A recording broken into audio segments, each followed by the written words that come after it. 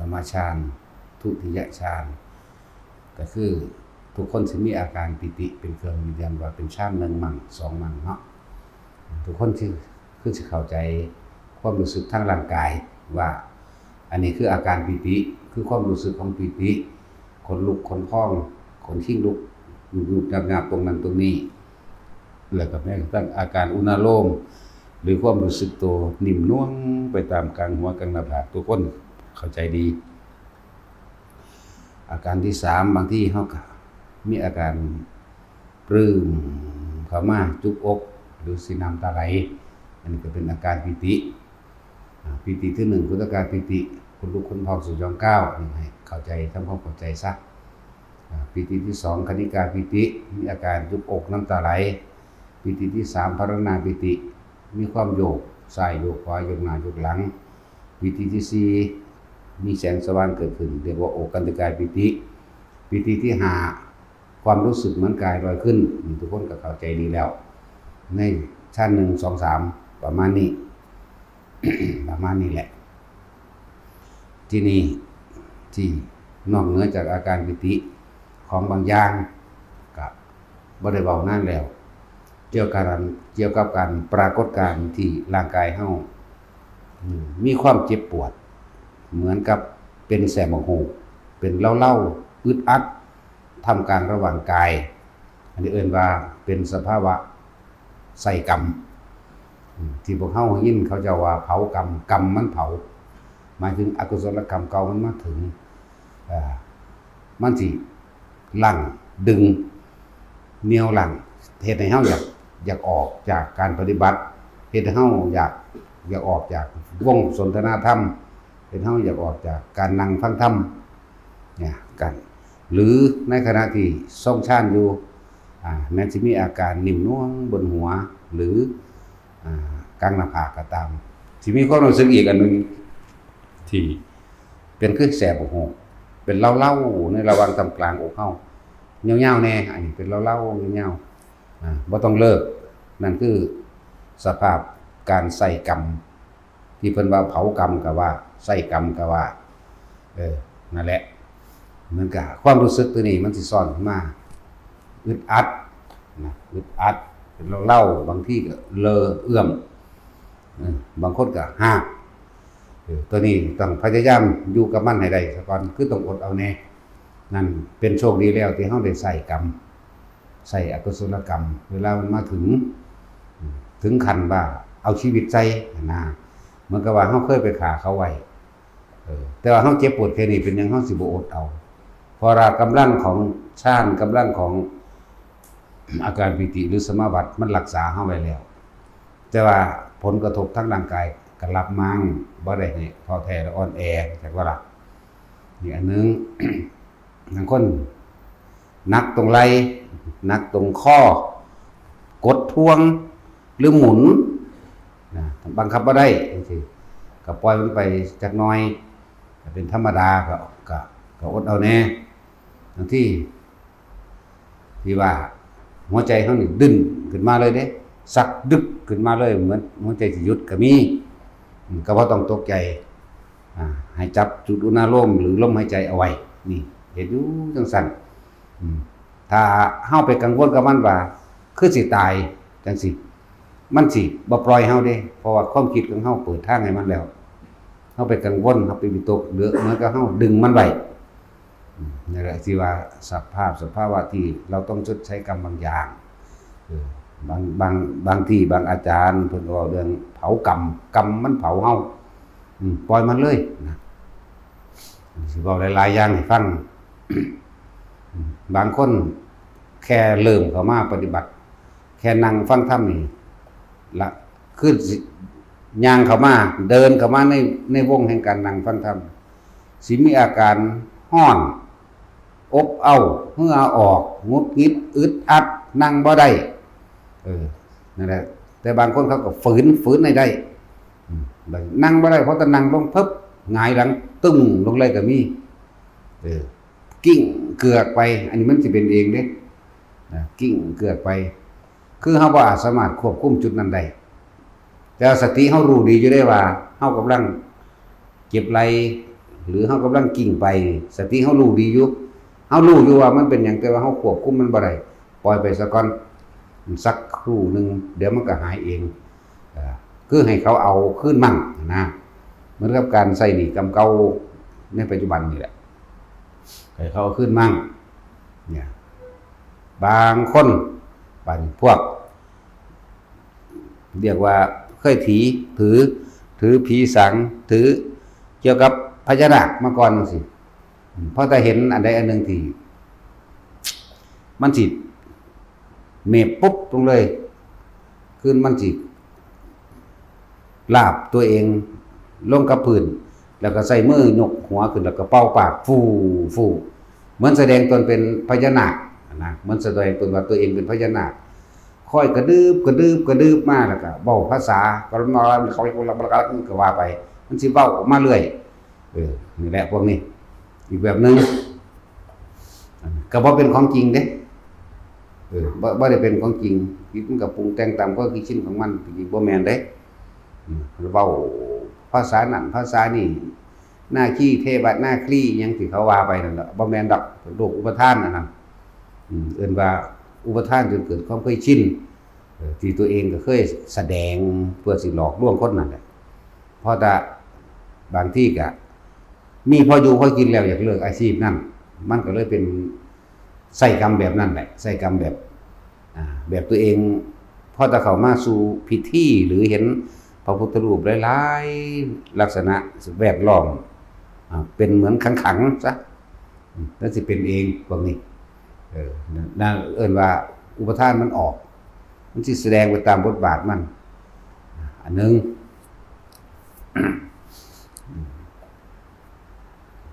อันพวกนี้อันคือสภาวะเขาว่าใช้กรรมหรือเผากรรมสดใสนะแต่คนที่เหมือนกับว่าสติเฮานี่หรือความคิดเฮาบ่อยากเฮ็ดเฮามีสติรู้ดีได้ว่าเฮานอนเกิดกิ่งมีสติรู้ดีอยู่ว่าเป็นเล่าเก็บไปในตนในตัวในร่างกายอันนี้หรือฮ้อนห้นบางทีก็เป็นเหมือนกับเสียนแทงเดียดดาดตามตีนฝ่าตีนตามนิ้วตีนตามนิ้วมือหรือตามแขนขาและแทงเข้าสู่หัวใจ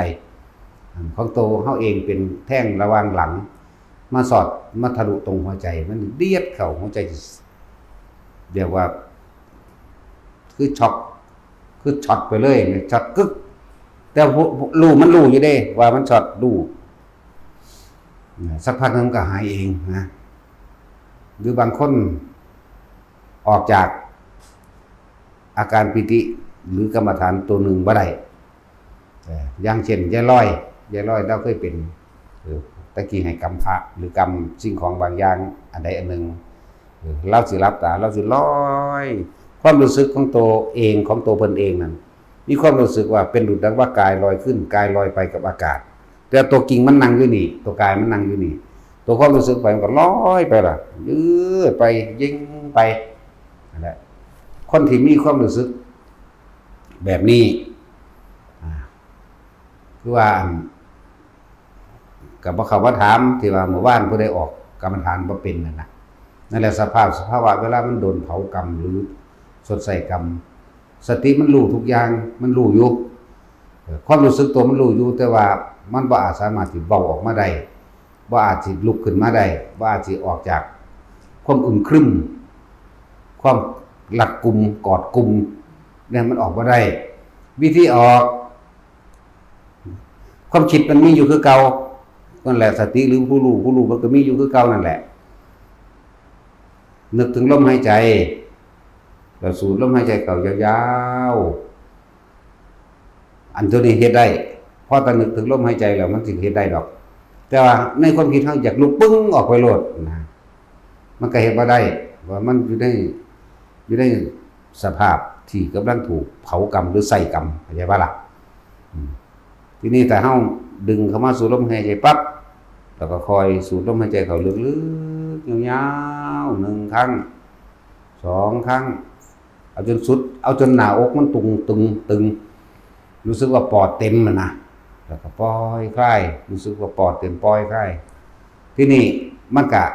ความคิดที่เฮาอยากลุกอยากย่างอยากนั้นมันสิสามารถควบคุมได้เองเด้อยินเขาเว้ากันหยังว่าออกแล้วเราบ่ได้เป็นลมดอกบ่ต้องไปคั่นไปหยังมันนั่นน่ะว่านั่นบ่แม่นอาการเป็นลมเขามีสติรู้ดีอยู่ว่าเป็นหยังแต่ว่ามันบอกบ่ได้ออกบ่ได้ลุกบ่ขึ้นนะวิธีมันจื้อไว้เด้อนึกถึงลมแล้วสูดลมหายใจเข้าไปช้าๆลึกๆช้าลึกๆสูดลมให้เต็มปอด3ครั้ง4ครั้ง5ครั้งบัดนี้เฮาสิเริ่มควบคุมตัวเองได้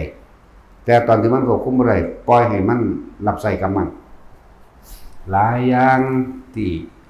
เฮาก็บ่ค่อยได้เว้านำเน้นแต่อย่างเดียวเป็นหลักหลายโหดนะแต่ว่าอันความรู้สึกหรือประปรายอาการต่างๆที่มันเกิดขึ้นครับแต่ละคนก็บ่ค่อยได้มาเว้าเพราะว่ามันหลายคนแล้วที่บ่เกิดนะแต่กี้มันเกิดหลายแบบหลายอย่างจังว่าบางคนนั่ง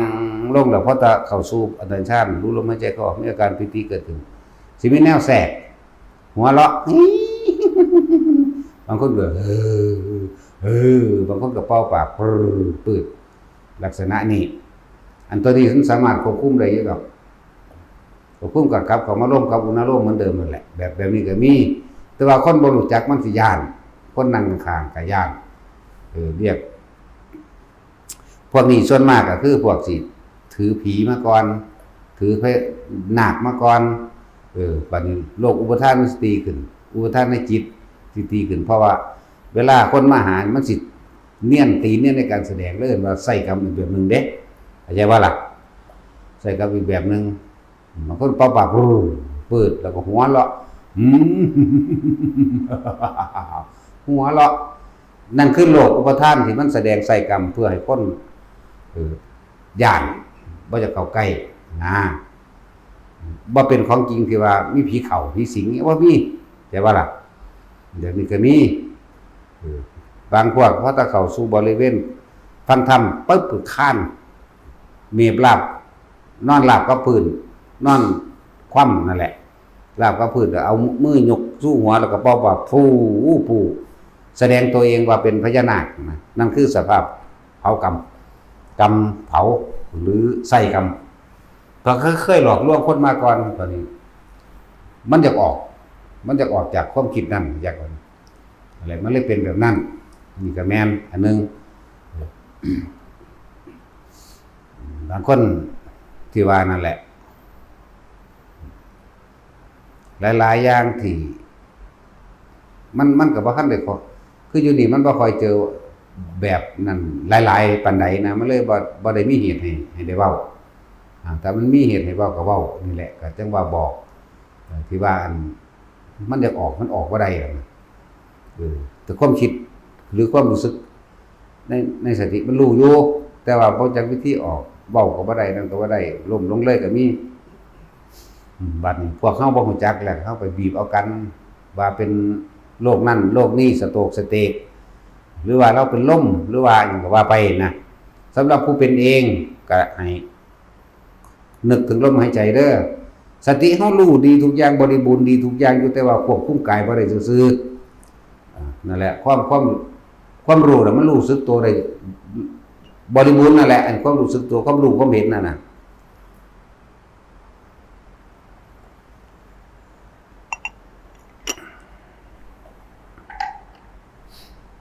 หายใจเอาเด้อเรื่องที่บอกว่าอานาปานสติป้องกันได้ทุกอย่างเข้าใจว่าระบาดนี่ยังแต่ว่ามันบ่มีผู้บอกซื่อแต่บางคนเขาก็บ่เคยเป็นเขาก็เลยบ่จักแนวบอกเลยบีบเลยคั่นบีบนวดตีนนวดแกงนวดกากันซื่อแต่ว่าเฮามันฮู้มันเห็นมาเบิดทุกแบบขึ้นกกไม้ก็มีมันก็เลยเข้าใจอันที่เป็นเหมือนกับเสียงแทงเดียดจากทั้งหลังมาสู่หัวใจแล้วหัวใจก็ช็อตหยุดเต้นไปปุ๊บแต่ว่ารู้อยู่ซื่อๆเฮาก็ปล่อยมันเลยเฮาบ่ดิ้นรนกับมันคือเฮาบ่คิดสิหาวิธีแก้เฮามีแต่รู้กับมันสักครู่นึงมันก็ขึ้นมาเองเริ่มหายใจสะดวกเองบัดนี้บางทีก็เวลา มันเป็นเกี่ยวกับในระหว่างทรวงอกเป็นเล่าๆแต่ว่ากว้างๆระหว่างอกบ่ทันลงท้องสำหรับคนที่ว่าฝึกมันเฮ็ดแขนสั้นเฮ็ดแขนให้สั้นให้มันโยกแขนโยกให้ร่างกายสั่นสะเทือนสิสิมีความรู้สึกอึดอัดอยู่ในนี้แล้วก็เป็นเล่าๆอยากว่าล่ะบ่ต้องเศร้านั่นแหละมันดีแล้วมันกำลังสู้กันมันกำลังสัดใส่ซึ่งกันและกันเฮ็ดไปจนกว่าว่าบางคนก็สิเหงื่อออกหน้าผากบางคนก็เหงื่อออกข้างหลังบางคนก็เหงื่อออกระหว่างหล่องอกนั่นแหละเฮ็ดไปถ้ามันเหงื่อออกแน่แล้วมันสิมีความเย็นขึ้นมาแทนดอกเย็นนี่บ่แม่นเย็นแบบน้ำแข็งคนผู้เย็นความรู้สึกว่าเย็นสงบเย็นเกิดขึ้นมาแล้วนั่นแหละจังเลิกเฮ็ดแต่ว่าล่ะบ่อย่าไปเศร้าเด้ต้องฝืนแต่ว่าล่ะอย่าไปเศร้าระหว่างกลางขั้นดีตัวมันต่อต้านกันมาเหมือนกับว่าเฮาจับโจรได้กำลังปั้มกันสู้กันอยู่นะมีอันนึงมันก็เป็นหลายอันหลายอย่างคนเนาะแต่ว่าคือว่านั่นแหละมันบ่มีผู้เป็นเหตุให้เฮาได้แสดงอันแนวนี้นะมันก็ให้เขาเลยให้ขึ้นเลย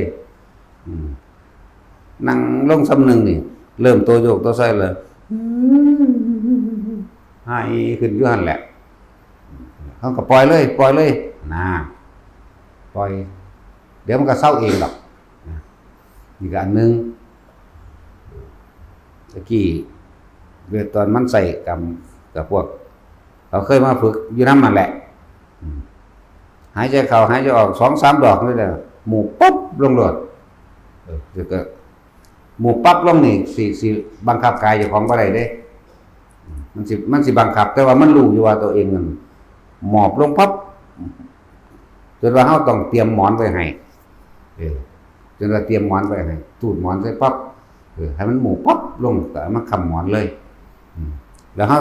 ตอนนั้นเฮาก็คุยกับมันอยู่แล้วว่าเฮ็ดจังซี่ตอนนั้นสติหรือความรู้สึกว่าสิเว้าสิปากว่าได้ทั้งหมดนั่นแหละแต่ว่ากายบ่ไปนำพอคิดออกบ่กายบ่ไปนำที่ตัวเองคิดว่าอยากเฮ็ดแบบนั้นอยากเฮ็ดแบบนี้มันก็ถูกควบคุมไว้แม่จังงั่งไว้รัดไว้กุมไว้นั่นแหละบัดนี้สิใส่ตัวจิตบอกคิดแบบนั้นไปแบบนั้นคิดแบบนี้ไปแบบนี้มันสิบอกไปแบบนี้ไปแบบนี้ไปแบบนี้เพิ่นก็สิน้อมคิดไปมันสิลืมตัวกายไปหลังจากนั้นล่ะว่าให้ขึ้นไปนั้นเฮ็ดแบบนี้แล้วบัดนี้เขาสิรู้ในตาของเขาเองตาในของเขาเองดอกว่าบางทีก็เป็นควันออกดากมั่งควันออกตรงนั้นตรงหูมั่งนะควันออกแบบนี้ควันออกวือจังนั้นสุดพุทธมาถึงควันออกจนสุดพุทธจังสิเขาสิฟื้นตัวงอแงกขึ้นมาได้บัดนี้นั่นแหละคือต้องฝืนเด้ของพวกนี้นั่นเป็นสภาพที่เขาต้องสดใส่กรรมเขาจะว่าเผากรรมหรือกรรมมันเผานั่นแหละแต่นี่ก็มีตอนนั้นมันกะคือว่าเราได้อยู่น้ำเขาบอกเอาเลยเฮ็ดแบบนี้คิดแบบนี้ก็เฮ็ดไปตามที่บอกนะถ้าผู้บ่ได้อยู่น้ำบอกหลวงพ่อบ่อยู่น้ำอาศัยลมหายใจเป็นหลักเข้าใจว่าล่ะเวลามันเป็นอย่างผู้ที่ว่าเราจะลุกอยู่เราจะออกอยู่เราออกบ่ได้นะที่เขาบอกกันได้เลยก็เลยพอดีแหละเป็นเหตุให้เราได้คุยเรื่องนี้ยาวๆนำผู้นั้นน่ะความคิดมันคิดได้เบิดนั่นแหละแต่ว่าให้คิดถึงลมหายใจพอจะคิดถึงลมหายใจปั๊บมันจะสูดลมหายใจเข้าไปเรื่อยๆดอกสูดลมเข้าไปเต็มปอดแล้วปล่อยสูดเต็มปอดแล้วปล่อยจัก3-4เทื่อบัดนี้เฮาสิเริ่มกระดุกกระดิกขยับร่างกายได้เองใช่ป่ะล่ะจือเอาเด้ออันผู้ว่าเป็นนั่นน่ะแต่มันก็คลายออกหลายแล้วล่ะมันเป็นการสดใสกันไปแน่แล้วนะเว้าเพื่อไว้เพื่อคนบ่อยู่นี่บ่มีหรือคนอยู่นี่แต่ว่าบ่กล้าถามก็มีนะมันสิมีแนวหลอกลวงไว้มันสิมีแนวบังคับไว้หรือบ่อยากให้มาถามบ่อยากให้มาแก้นะลักษณะนั้นหลายอย่างอยู่ที่บางที่ถ้าบ่มีครูบ่มีอาจารย์ที่มีประสบการณ์ในการอันนั้นให้ถ้าไปฟังคนทางนอกถ้าไปเว้าให้เขาฟังเขาว่าหุ้ย ทำแตกได้นั่นเป็นบ้าได้นั่นผีเข้าได้นั่นระวังตายเด้อผู้เห็นมาหลายแล้วได้พวกนี้เป็นบ้านี่บัดนี้สิให้เฮาบ่อยากภาวนาสิให้เฮาบ่อยากมาวัดนะลักษณะนั้นฉะนั้นต้องแสวงหาครูอาจารย์ที่เพิ่นมีประสบการณ์นำเพิ่นผ่านเหตุการณ์มาหลายๆอย่างนั่นแหละเพิ่นก็พอแก้ได้นั่นแหละจังซั่นถ้าไปฟังคนข้างนอกคนบ่ปฏิบัติเขาก็บอกว่าเป็นบ้าเขาก็บอกว่าสิทำแตกเขาก็บอกว่าสิเสียสติหลายๆอย่างที่เขาสิบอกไปในทางที่บ่เป็นตามที่ทำนั่นแหละเขาก็ด้นเดาเอาไปตามนั้นแหละจังหวะนี้ก็บอกให้ฟังอีกอย่างนึงสมาธิรักษาโรคกระดูกผุก็คือบ่ให้เฮ็ดกายสั่นสำหรับคนที่เป็นโรคมะเร็งกระดูกผุจังซี่ให้พยายามตั้งจุดอุณหภูมิขึ้นกลางหน้าผากได้แล้วหรือมันเกินบนหัวได้ถ้าเฮามีเทคนิคอีหยังอะไรนึงก็เคลื่อนให้มันไปทั่วร่างกายได้ดีนะแต่ว่าบ่ให้เฮ็ดอันแขนสั่นบ่ได้เฮ็ดการสะเทือนทางกายนี่สำหรับงดเว้นไว้เฉพาะอันนี้เว้นไว้เฉพาะพวกมะเร็งกระดูกผุเด้อส่วนมะเร็งอื่นๆสั่นสะเทือนไปเลยมะเร็งหยังก็สร้างสั่นสะเทือนแขนให้คอเฮานี่สั่นจนว่ามันได้ทั้งตัวทั้งแข้งทั้งขาเฮาได้หมดล่ะ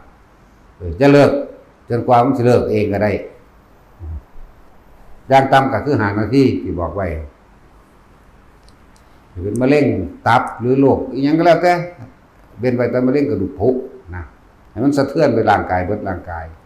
มันสิค่อยๆปรับธาตุของมันเองการสะเทือนแต่มันสะเทือนเข้าไปทั้งในร่างกายแล้วแขนตัวนี้สิส่งไปทางระหว่างเนื้อที่ติดกระดูกอยู่ข้างในระหว่างตับระหว่างปอดระหว่างไตอีหยังมันสิคอยสะเทือนของมันเองนะนั่นแหละเฮ็ดไปโรคหยังใดทั้งนั้นบัดนี้บ่ได้เกี่ยวกับว่าสิมะเร็งหยังบ่ได้เกี่ยวกับโรคหยังอีกนะแม้กระทั่งเบาหวานแม้กระทั่งอีหยังก็ว่าเฮ็ดไปเถอะบัดนี้ถ้าเหงื่อมันออกเด้อแต่บางคนก็เหงื่อออกระวังอกบางคนเหงื่อออกทั้งหลังบางคนเหงื่อออกทั้งหน้าผากเด้อแต่มันเหงื่อออกแล้วเศร้าเฮ็ดเข้าใจว่าล่ะถ้ามันเหงื่อออกแล้วให้เศร้าเฮ็ดมือไม่เฮ็ดอีกแต่มันยังฮ้อนมันยังเป็นเล่าๆหรือว่าหรือเหงื่อยังออกอีกเหงื่อจนเหงื่อออกเหงื่อหลังออกบางคนออกเหงื่อหลังบางคนออกหน้าอกบางคนออกกลางหน้าผากเด้อถ้าเหงื่อออกแล้วเฮาเบิ่งว่าพอสมควรแล้วเฮาก็เลิกไปเฮ็ดไปต่อมาถ้าเฮาสั่นสะเทือนอีกเกิดความปัสสติผ่อนคลายสงบเย็นใจนั่นคือมันหายแล้วเข้าใจว่าล่ะนั่นคือการใส่กรรมที่หมดกันในระหว่างกรรมตัวนั้นในระหว่างกรรมที่เป็นตัวเฉพาะเจ้าจงมั่นนะนี่อันนึงนั่นแหละบางคนมาสวดมนต์พอตะเข้าเริ่มทั้งบัดหาวว่าซั่นตอนปกติบ่หาวเด้หาวบังคับให้บ่ให้หาวก็บ่ได้หาวคือเก่าก็บ่ต้องตกใจดอก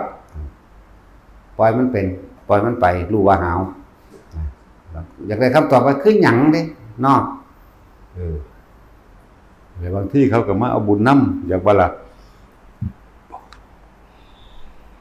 เขามาเอาบุญนำก็ปล่อยไปแค่รู้ว่าหาวโลดบ่ต้องไปหาอิหยังกับมันดอกมันเป็นแค่ชั่วระยะนึงเดี๋ยวมันก็เศร้าเองบางคนบ่จะหันหน้าเข้าหนังสือซึมเซ่อเขาโลดอยากง่วงเหงาเฮานอนแต่งุกงักเขาโลดเห็นว่าล่ะนั่นแหละอันนี้ก็คือต้องฝืนมันฝืนได้บ่แม่นให้เลิกบ่แม่นให้นอนตามฝืนซะก่อนขยี้ตามั่งอันนี้มั่งที่เฮ็ดให้ตัวเองมันไปรอดในเหตุการณ์การทำบัตรนั่นแหละอันนึงยังอีกแล้วมันคิดออกว่าเลยมันมีหลายแบบอยู่ดิเมื่อกี้ถ้าเว้าเรื่องยาลมแล้วสิหัวหมุนเด้หมุน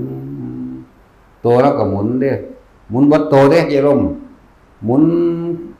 สิจุพื้นพุ่นละหมุนสิจุพื้นได้ร่างเบิดร่างกายน่ะหมุนเลยบอกเราเล่าว่าปล่อยมันเลยแล้วก็หมุนปล่อยตะกี้เราคุมบ่ให้มันหมุน มุนซ่าๆดอกบ่แม่นหมุนเร็วๆปล่อยเลยบัดนี้พอตะบอกว่าปล่อยเลยแล้วก็ปล่อยก็เฮ็ดไปก็รู้ว่าหมุนต่อมาใส่ความรู้สึกหยุดก็หยุดได้อยู่เด้ล่ะนั่นแหละก็ต้องมีผู้คอยแก้หรือให้คำแนะนำไปเรื่อยๆเอานี่เกี่ยวกับสิ่งที่มันเกิดขึ้นในร่างกายเฮาอันมันเรียบเหมือนกับเสียนหรือเข็มแทงปลายเล็บหรือฝ่าตีนกลางฝ่าตีนส้นน่องหรือตามแขนตามขาหรือตามหยังแล้วแต่ให้รู้มันซื่อๆบ่ต้องไปคือหยังเป็นหยังถามได้ถ้าเฮายังมีความสงสัยว่าคือหยังเป็นหยังอยู่นั่นแก้แบบใดอยู่นั่นเป็นอยู่ตลอดนะคือบ่ให้แก้บ่ให้หยังให้รู้มันซื่อๆเดี๋ยวมันก็หายเองแต่อันแต่ละอย่างหายเองนั่นแหละมันหลายแบบหลายอย่างที่เฮาบ่มันบ่มีเหตุให้เว้าเนาะมื้อนี้มันมีเหตุให้เว้าก็เลยได้เว้านะมันมีเหตุคือเอาเด้อผู้ใดเป็นเฮาบ่รู้จักจำหน้าบ่ได้ดอกก็เฮ็ดไปนั่นแหละนี่คือสภาวะที่เขาเจ้าว่าเผากรรมเฮาเอิ้นว่าสดใส่กรรมปรากฏการณ์ความรู้สึกตัวนี้คือสดใส่กรรมมันเผาเวลาอกุศลกรรมมันให้ผลก็เป็นสั้นมันบ่ต้องย้านดอกว่ามันสิเป็นอย่างอื่นเพราะว่าเฮามีสมาบัติหรืออาการปิตินั่นคุมไว้อยู่ดอกบ่เป็นหยังอย่าพยายามคิดให้เกิดความอยากหรือวิตกเรื่องใดเรื่องหนึ่งบ่ต้องวิตกอีหยังกับมันปล่อยรู้เดี๋ยวมันก็หายเองเข้าใจแล้วเด้อบัดนี้ผู้ว่ามันออกบ่ได้แต่ว่าสติรู้อยู่ทุกอย่างเข้าใจแล้วก็คือคอยสูดลมหายใจนั่นเองมันกระดุกกระดิกบ่ได้หรอกเวลามันเป็นนะบ่ล่ะแต่ว่าจิตมันรู้อยู่ก็คิดถึงลมหายใจแล้วสูดลมหายใจเข้าลึกเต็มปอดก็ปล่อยลึกเต็มปอดก็ปล่อยให้เฮ็ดแบบนี้ชั่วระยะนึงก็หายเองนั่นแหละฝึกไปเรื่อยๆมันสิในการปรับธาตุรักษาโรคเองของมันก็มันสิเป็นของมันเราเองดอกบางคนที่เคยเว้าอยู่เรื่อยๆว่าตอนนี้เฮาบ่ทันได้ป่วยเป็นโรคหยังดอกใน20กว่าปีนี่เนาะแต่ว่าบางที่40กว่าปียังเป็น50ปียังเป็น60ปียังเป็นก็มีเด้เลยบอกว่าทุกคนน่ะมาฝึกไว้โลดอานิสงส์มากมายในการทรงฌานเจริญฌานโดยการจับจุดนั้นโลมนี้หรืออานาปานสตินี้นะคนที่เป็นโรค40ปีบ่เป็นซ้ำสิเป็นมะเร็งในอายุ40ปีบ่เป็นซ้ำนะสิเป็นโรคนั้นโรคนี้เพราะว่ายังเฮาสดใสไปแล้วอย่าว่านี่เว้าง่ายๆเว้าเข้าใจง่ายว่าเฮาได้สดใสไปแล้วเขาบ่มาเอานำเฮาแล้วนะนั่นแหละทุกข์โลดอานิสงส์หรือผลพลอยได้ของการทรงฌานอันนี้จับจุดนั้นโลมอันนี้เยอะแล้วคนที่ฝึกไปเรื่อยได้3เดือน4เดือน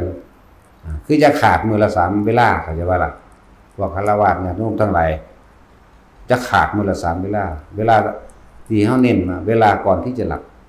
ที่1เวลาที่2คือก่อนที่จะลุกออกจากที่นอนจับจุดนั้นโลมหรือจับลมหายใจปั๊บแล้วก็ช่วงเวลาระหว่างกลางวันให้เฮ็ดไปเรื่อย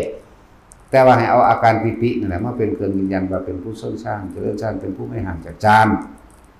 แต่ว่าล่ะ3เดือน4เดือนขึ้นไปการเงินการงานก็สิคล่องมาเองแล้วก็อารมณ์ทั้งหลายก็สิเย็นเป็นคนที่บ่ค่อยสุงสิงบ่ค่อยเรื่องเล็กๆน้อยๆบ่จุกจิกจุกจิกแล้วนะสังเกตความผิดสังเกตของตัวเองมันสิปกติกูเคยโมโหนี่มันบ่โมโหอย่าว่าล่ะที่เคยโมโหที่เคยใจร้อนเร็วๆนี่เรื่องบางคือเขาขับรถแวบปาดหน้าจังซี่ซึ่งตะเกาก่อนนี่มันบ่ยอมเนาะ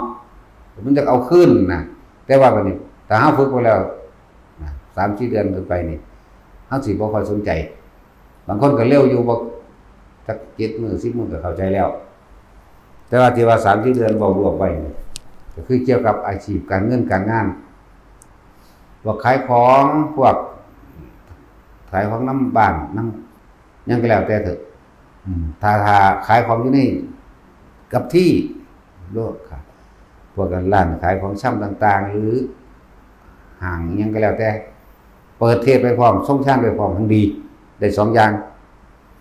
ดุขะเทวดาภูมิมะเทวดาเขาก็มาฟังนำแปลว่าล่ะ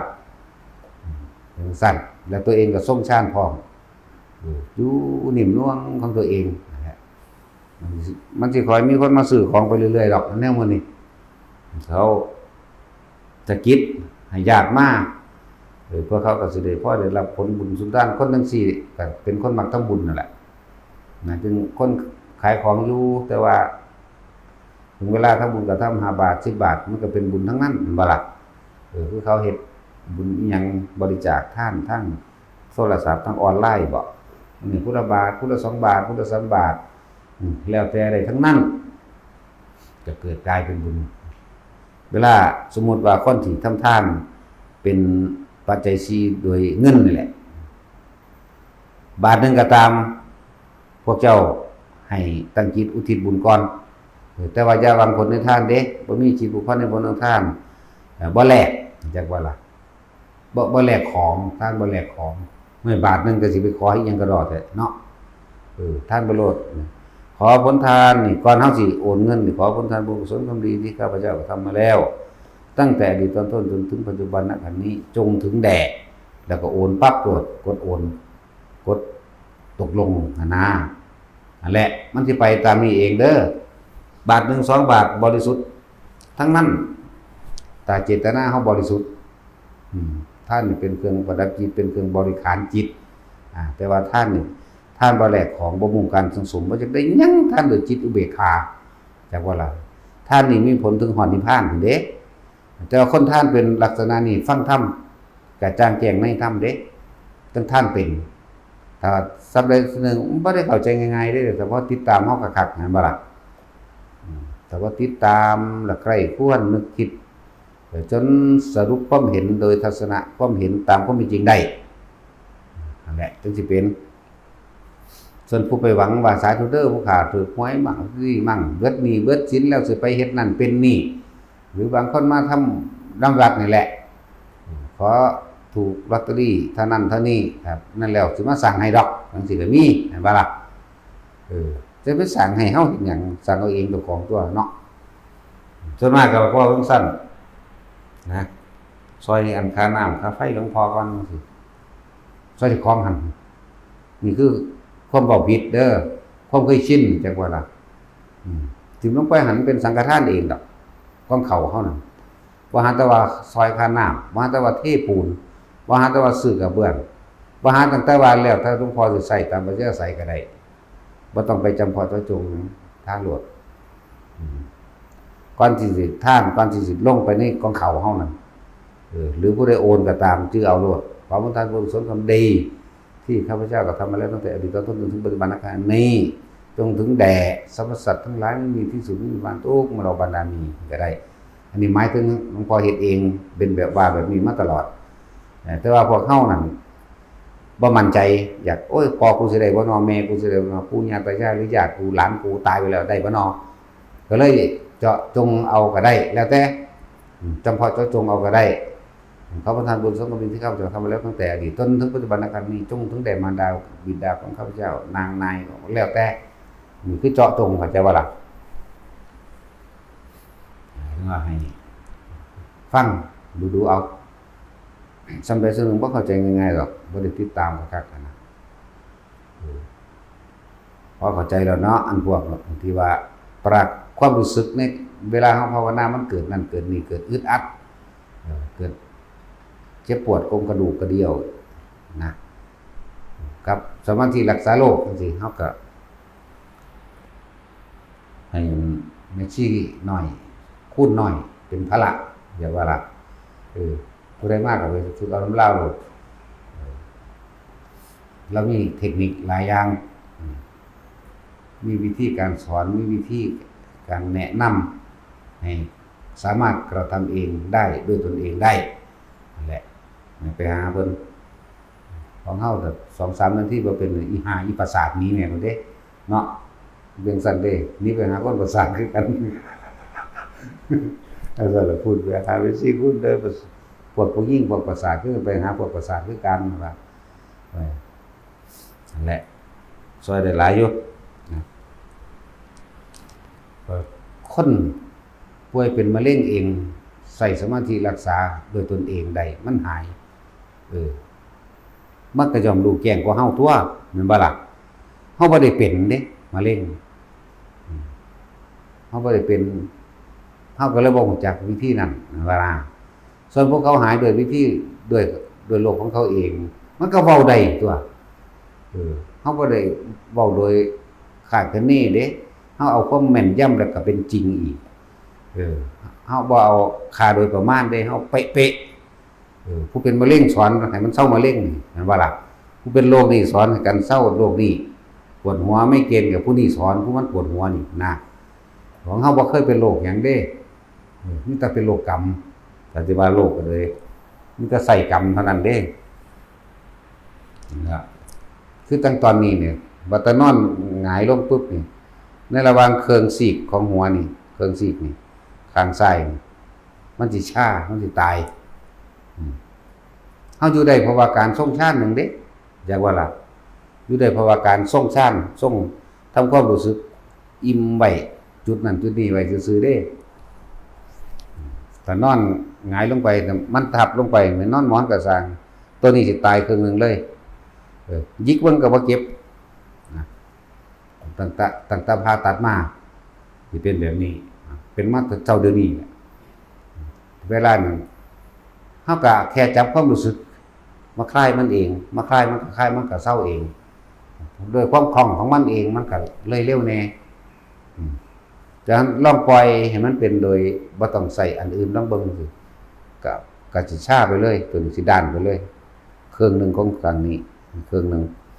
นั่นแหละผมบอกว่าซ้ำมันบ่ทันได้ตายผู้ใดอยากฝึกก็มาฝึกตัวเนาะความตายนี่มันบ่ได้แน่นอนเด้แต่ว่าตายแน่นอนเด้เนาะแต่ว่ามันบ่แน่นอนว่าสิตายยามใดว่าแต่สิจึงบอกว่าผู้ใดมีโอกาสมาได้ก็มานะเพราะว่ามันพรุ่งนี้อาจจะไม่มีสำหรับเราเด้บ่ล่ะคือว่าโอ๊ยอาทิตย์หน้าก็จังไปดอกเพิ่นก็อยู่หั่นแหละนะตายก่อนก็มีได้บัดนี้มันสิบ่ได้เสียดายมื้อภายหลังเนาะมีเรื่องเล่านั่นมีเรื่องเล่าใดพอสิคุยกันได้หรือผู้ใดมีแผลในใจซึ่งกันจะเคลียร์กันโลดเนาะผู้ใดก็บอกรักกันก็บอกไปโลดผู้ใดบอกสั่งกันบอกไปโลดเข้าใจว่าล่ะมันสิบ่มีโอกาสได้บอกมันสิเก็บสะสมมักหมมไปเดือเสียดายเด้ใครกูเว้าซะใครกูบอกซะเห็นว่าล่ะโอ้ยใครกูไปซะว่าเด้เนาะแล้วถึงบอกว่ามันบ่แน่ความตายที่ตรงด้านนี้มันสิอยู่ได้เพราะว่าเฮาการเอาอาการเอาอาการปิติตัวเย็นมาใส่ไว้มันก็คลายเองมันเฮ็ดได้เร็วมันเลยเหมือนบ่เป็นหยังแต่ปล่อยก็ปล่อยก็ตึกไปเลยแล้วลองปล่อยจักชั่วโมงลองเบิ่งแล้วบ่เซาลองปล่อยด้านซีกนึงข้างซ้ายกลางหัวนี่เฉพาะข้างหลังนี่เป็นจุดเลยเวิ้งๆเลยข้างนี้บ่เป็นเด้ข้างนี้เป็นซั่นแหละถ้าบัดนี้ถือว่าถ้าไปนอนใส่อันหมอนเหลี่ยมๆอันนั้นโดยเอาตรงนี้ค้างไว้ปั๊บนี่หน้าที่เดียวเท่านั้นรู้สึกเลยมึนตึงขึ้นมาเลยแล้วยิกเบิ่งก็บ่เก็บแล้วเอามีดปาดก็บ่เก็บเด้เหมือนกับฉีดยาชาหลายๆนั่นแหละถึงซั่นเรียกว่าเฮาก็ใส่วิธีเอาความรู้สึกเย็นเข้าไปกบเกลื่อนมันไว้มันก็หายของมันเองมันหายเร็วๆอยู่ดอกเพราะว่าเฮาก็ชินแล้วเฮ็ดอีหยังก็เฮ็ดทดลองด้วยตัวเองมาเบิดนี่แหละบ่ว่าใส่ทิ้งแตกจังซี่ก็เฮ็ดทดลองด้วยตนเองเด้มันเป็นอีหยังมันเป็นเลียดย่อยลงมาดิฮู้จักแล้วใส่ทิ้งแตกก็ฮู้แล้วก็เอาความรู้สึกมากบไว้มองมันเจ็บความรู้สึกที่นิ่มๆนวลๆเย็นๆของเฮามันเป็นลักษณะว่าเย็นน่วงๆเข้าไปในกระดานหน้าผากนะเย็นอิ่มๆนั่นน่ะแล้วก็มากบไว้ปั๊บรดน้ำต้นไม้ต่อรดน้ำต้นไม้วันรดธรรมดาเด้พวกเจ้าไอ้ตะกี้รดก่อนรดพุ่ม ตีสามลุกขึ้นมาหดอีกเพื่อหมู่ใหญ่ล่มสิมามันจะอยากแล้วหรือขุดดินปลูกต้นไม้อีกเด้บ่ได้แม่นคนหลายๆจังซี่เด้ตะกี้บ่ได้กี่คนเด้ยายหอมยายร่มเพิ่นยายกองยายจอยอยู่5-6คนนึงเด้บ่ได้เป็นจังซี่เด้มันก็หดน้ำก็ดึกๆพุ่นเด้ทั้งมือก็เอาหมอแบตติดหัวก็นำเลยทั้งที่ใส่ทิ้งแตกเด้บ่ธรรมดาเด้ไปเลยเสื้อพวกนั้นสิมาโอ้อยากแล้วปลูกต้นไม้ต่อแล้วก็มีเฮ็ดแบบลองเบิ่งดูนะเฮ็ดแบบว่ามันกินปิติเอาร่างกายนี่เป็นปิติมันจะคุ้มไว้แบบใดทดสอบทดลองเบิ่งเบิดนี่แต่ว่าอย่างว่ามันบ่ย่อยหรือว่ามันเทออกมาข้างๆมันอักเสบมันเปื่อยแล้วเนาะมันก็จอยลงเป็นธรรมดาปล่อยมันตายมันก็บ่ตายนะเฮ็ดให้มันตายได้นั่นความจริงเฮ็ดให้มันตายได้นั่นแต่ว่ามันก็บ่ตายเนาะตาสินน้ำตาสินหรือตาหานี่เรื่องกุศลนั่นแหละมันบ่ตายฉันตายไม่ได้เพราะฉันรักเธอคือจักว่าล่ะแม่นตัวเคยร้องอยู่บ่เพลงเลยฉันตายไม่ได้เพราะฉันรักเธอมันยินบ่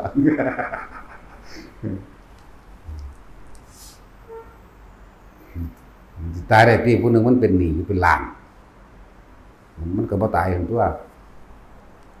แต่ตาจินแล้วกุมเอาน้ำร้อนมันลวกเอาตาจุ้ยตะกูลตาจินบอกแม่นบ่สามตาหานี่แหละสามพวกตายภาคนี่นะ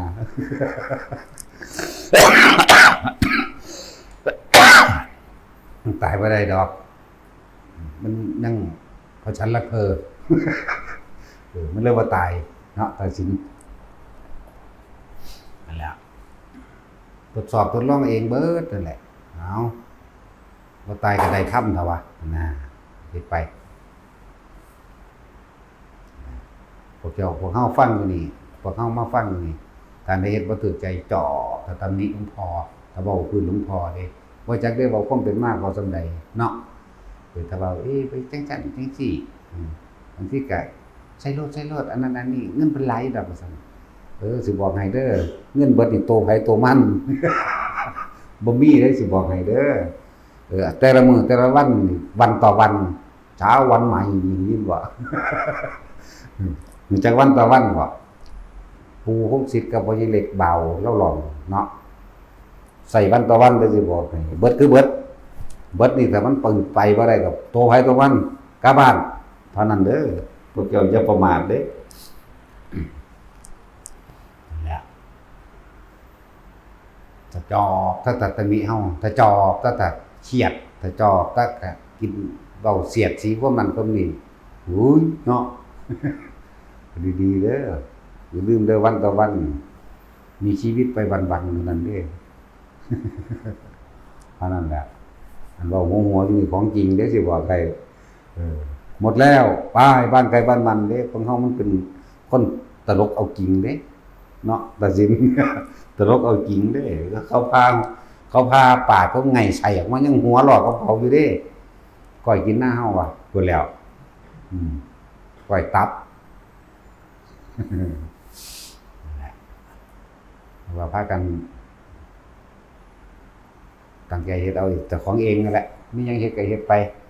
ถ้าบ่มีแนวกินเฮาก็กินหมักหมี่แหละต้มหมักหมี่กินเอาหมักหมี่เฮาก็ปลูกไว้หลายแล้วล่ะอย่าลมหาบน้ำตั้งตอนหดหมักหมี่เนาะรออยู่เพิ่นก็มาตลอดบ้านเพิ่นอยู่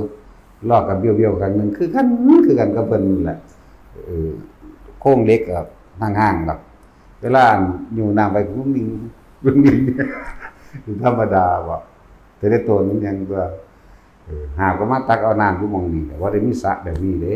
ปลาเบิดปลาน้ำหาให้พวกเจ้าพากันประมาทให้พวกเจ้าพากันตำหนิดีๆสักมือพวกเจ้าจะยินประกาศฉุกเฉินแล้วอยู่ดีเป้งปังขึ้นโดดเด้ เนาะตอนนี้ยิ้มหัวอยู่แล้วพากันฝึกหัดเอาเน้นตนเองนั่นแหละไปก็ดีมันจะเช้าวันใหม่ สิ่งที่ใช้ไปวันต่อวันเรียกว่าละ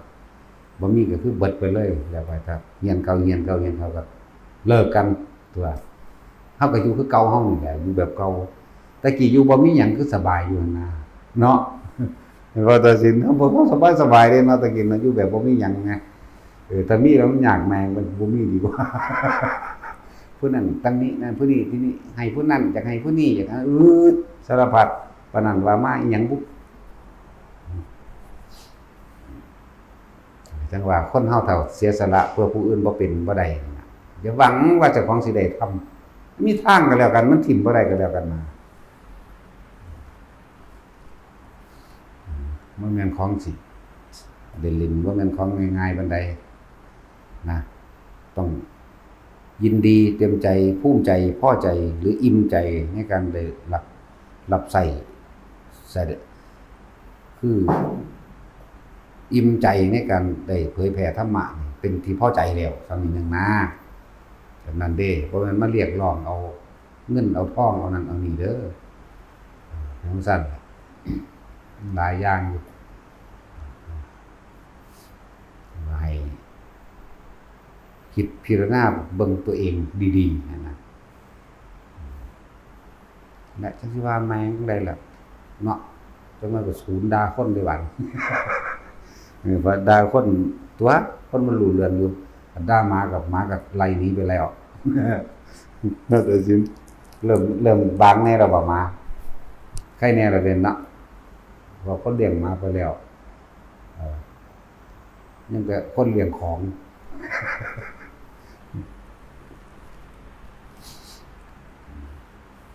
ค่ายปัญหาเกี่ยวกับความสงสัยในอาการต่างๆแต่เบื้องต้นแรกนำไปเฮ็ดเอาเองเฮ็ดพิจารณาเอามันเกิดขึ้นกับอาการใดของผู้ใดก็นำไปแก้จากของเอาเองตัวนำไปแก้จากของเด้อมันก็ได้แต่บอกขนาดนั้นเด้อันผู้สิมาบวชเนี่ยมันพร้อมแล้วบ่วะฟังมาบวชได้จังนั้นกูเละสลายโตมึงบ่ได้บวชเด้ไผอันลูกอีปานั่นน่ะอันผู้นึงเพิ่นอยู่นี่แล้วเนาะผู้นึงเพิ่นอยู่นี่แล้วล่ะผู้เพิ่นสิบวชลูกอีปาก็ได้นั่นก็มาโลดมาพอดีมันมีหน้าครูพอดีตัวนี้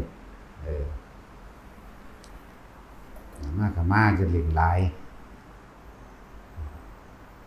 ยากอยู่ได้อันอย่างหนึ่งการบวชก็ยากอยู่แล้ว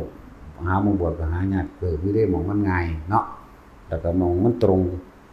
หม่องมันบ่เป็นพิธีจังซี่นะหลายๆอย่างนั่นแหละบักอีหยังจิรายุดาราวิชัยนั่นน่ะถ้าพร้อมแล้วก็มาจะไปเสียเวลาอยู่โดนหลายเพราะความตายมันไล่เฮาอยู่ตลอดเนาะความตายมันบ่แน่นอนเด้แต่ว่ามันแน่นอนเนาะแต่สิความตายนี่ไม่แน่นอนแต่มันไม่แน่นอนจักว่าล่ะว่าบ่มีสมองคือตัดสินคิดว่าออกแล้วอีหยังเว้าอีหยังเนาะตัดสินความตายมันบ่แน่นอนเด้อแต่ว่ามันก็แน่นอนตายแน่แต่ไม่แน่นอนว่าจะตายเมื่อไหร่ผู้ใดสิใครควรโดยการพิจารณาต่างๆพิจารณาความตายให้มากนะพอความตายกับอุปสมานุสติความตายกับท่านอยู่ใกล้ๆกันนั่นแหละนะเกิดยังขึ้นไหลลงสู่ความตายมันสิพิจารณาไปทางใดก็สั่งไหลลงสู่ความตายไว้จนว่ามันแตกตูมเอาเองก็มีบางคนก็เวอะเป็นในความรู้สึกของตัวของเองนั่นแหละภาวนาไปเถอะให้ไปสร้างสมกำลังของฌานสร้างสมกำลังสมาธิจิตตั้งมั่นเฮ็ดไปเมื่อเวลามันนั่งต่อคักๆปุ๊บมันยอมรับความตายมันสิบึ้มเองดอกนะมันสิตุ่มอยู่ในกลางใจก็มีตุ่มอยู่กลางๆก็มี คือระเบิดนี่แหละเพิ่งขึ้นรถบางทีก็วางไปเลยซื่อๆนี่ก็มีนั่นแหละ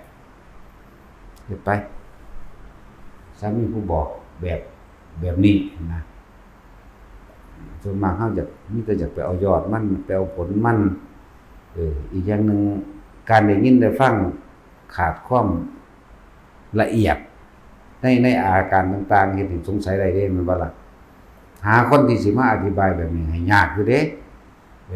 เวลาเฮาติดขัดเรื่องราวต่างๆบางทีมีแต่เขาบอกทิ่มเลยอย่าไปสนใจกลับเข้ามาตรงลมหายใจเลยนี่มันทิ่มได้จังได๋ก็มันคาอยู่คือเก่านี่มันคาในความรู้สึกนี่เนาะนั่นแหละถ้าทำความเข้าใจให้ซึ่งกันและกันได้แล้วมันก็คลายเอาเองนะเรื่องว่าทิฏฐิปัตตะนี่มีความเห็นตามความเป็นจริงเลยแล้วความหายไปเลยได้คลายไปเลยเองเด้สักอีกอย่างหนึ่งบางคนเพิ่นเฮ็ดเป็นอยู่แต่ว่าเพิ่นอธิบายบ่เป็นก็มีเด้เนาะจักสิใส่คำใดนะบอกว่าแต่ละคนผู้ใดยังมีโอกาสเฝ้าเนาะฝึกเอาตัวเพราะความตายมันง่ายๆนึงเด้มันบ่ยากคือความเป็นเด้แล้วก็แท็กซี่ว่าคนตายแล้วง่ายๆเด้บ่แม่นเรื่องใหญ่เด้เรื่องของคนตายนี่ตายแล้วก็เผาแล้วล่ะเนาะไอ้เรื่องของคนเกิดที่มันยากเกิดแล้วก็ต้องเลี้ยงป้อนข้าวป้อนน้ำซื้อนมซื้อไนมาให้กันกินอยู่หั่นแล้วต้องหาเสื้อผ้านั่นนี่ใส่เดี๋ยวร้อนเดี๋ยวหนาวป้อนขนมนมเนยกุมมาศไปแล้วก็วางแผนอนาคตเดี๋ยวก็เข้าอนุบาลเล็กอนุบาลใหญ่อนุบาลนั่นอนุบาลนี่ป.1 2 3 4ไล่ขึ้นเดี๋ยวก็เรียนมัธยมเดี๋ยวก็เรียนประถมมัธยมแล้วก็เดี๋ยวก็ปริญญาจังซั่นจังซี่หางานในการกินเนาะหางานในการเฮ็ดเด้ความเกิดมันยากกว่าความตายมันบ่กี่มื้อเด้มันคั่นล่ะอันว่าน่าเบื่อหน่ายเนาะความตายนี่เป็นเรื่องเล็กน้อยเป็นบ่ได้ก็ไม่ใช่เรื่องยุ่งยากแต่ความเกิดเนี่ยเป็นเรื่องยุ่งยากเป็นเรื่องใหญ่เป็นเรื่องยาวแม้ว่าซั่นยิ่งยืนฮอด100 ปีเบ้ยเป็นตาหนายก็ทรมานอันตายปั๊บลงนั่นเตรียมหม้องหาหม้องเผาตอนนั้นเด้หลายยากก็นิดเดียวมื้อ2 มื้อเผาเลยนั่นแหละถ้าว่าผู้ใดสิใครคนผิดนาย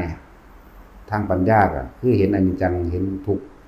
ก็คือมันควบคุมบ่ได้มันเลยเป็นทุกข์แต่ว่าถ้ามันเข้าใจแล้วมันว่างจิตได้มันยอมรับของมันเองว่างเหตุว่างเหตุเพราะว่าเป็นควบคุมบ่ได้ผลมันก็ตรงตามความเป็นจริงเองหรอกมันก็สิเอาทุกข์มาจากไสแต่ว่าเริ่มต้นแรกเฮาก็ต้องอาศัยการฝึกหัดสมถะภาวนานี่แหละสมถะภาวนาวิปัสสนาภาวนาคำว่าสมถะภาวนาทำจิตให้ร่วมเป็นหนึ่งให้เกิดขึ้นเสียก่อนคำว่าวิปัสสนาภาวนาเห็นตามความเป็นจริงอย่างมั่นคงแล้วที่มันเกิดขึ้นเกิดเห็นตามความเป็นจริงแล้วถึงเขาบอกทรัพย์สันซื้อได้ทรัพย์เต็มมันก็ว่าจังซี่แหละสมถะภาวนาวิปัสสนาภาวนาบางสิสมถะมั่งวิปัสสนามั่งยังกระสร้างก็แค่รู้อยู่ลมหายใจมีอาการปิติเกิดเกินกลางคิ้วกลางหน้าผากน่วงไปได้แล้วก็อันนั้นแหละเป็นปฐมะเป็นปฐมเป็นขั้นพื้นฐาน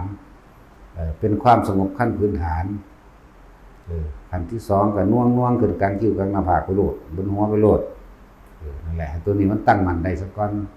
เมื่อมันมีชาติมันมีกำลังของมันเองเป็นเกิดเป็นสมาธิมันตั้งมั่นมันก็ค่อยๆเห็นความรู้สึกของตัวเองดอกเห็นกายเห็นเวทนามาถึงความรู้สึกแล้วก็เห็นจิตแล้วก็สิมีสติกำกับจิตคือความคิด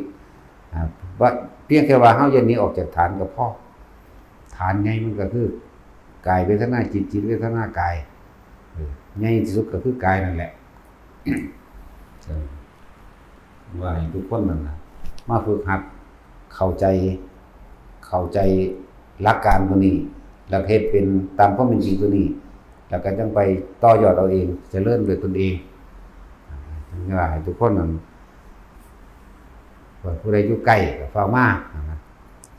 ยังงมตะหากินหลายเขาสร้างกินก็ หากินไปตายแหละเนาะแต่สินี่ยังมากแต่ว่ากะจังว่ามันเกิดมาแล้วความเดือดร้อนคนขวายในการทำมาหากินก็มีเป็นธรรมดาแต่คนถ้า